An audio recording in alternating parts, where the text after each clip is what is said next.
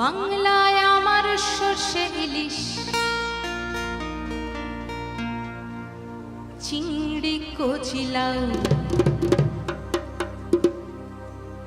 বাংলা পার্শে মাছকে ধুয়ে